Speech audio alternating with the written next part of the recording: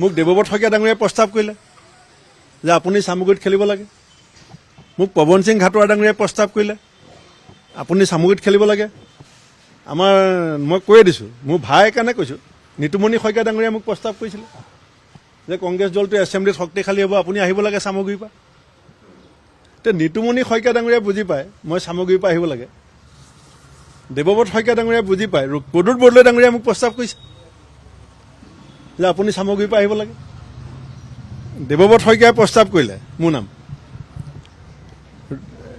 প্ৰদ্যুৎ বৰদলৈ ডাঙৰীয়াই প্ৰস্তাৱ কৰিলে মোৰ নাম। ভিতৰুৱা কথা আজি মই কৈছোঁ। নিতুমণি শইকীয়া ডাঙৰীয়াই মোকে নহয়, যাক যাক ক'ব লাগে চবকে ক'লে যে এছেম্বলিখন অলপ ভাল হ'ব, ভূপেনে হিমন্ত এছেম্বলিত মুখামুখি হ'ব লাগে। APCCত এপ্ৰুভেল আছে, APCC আঁৰত নাই। আৰু চামগুৰিত মই খেলা হ'লে যিকোনে হাৰো, আপুনি কওক। সেইবাৰ মই যদি চামগুৰিত বাই ইলেকশ্যন খেলোঁ, আৰু যদি মই জিকিলোহেঁতেন, কংগ্ৰেছৰ গ্ৰাফটো ক'লে গ'লহেঁতেন। গতিকে এতিয়া মই এইবিলাক কোৱা নাই, আজি মোক শেষ সিদ্ধান্ত ল'বলৈ দিয়ক।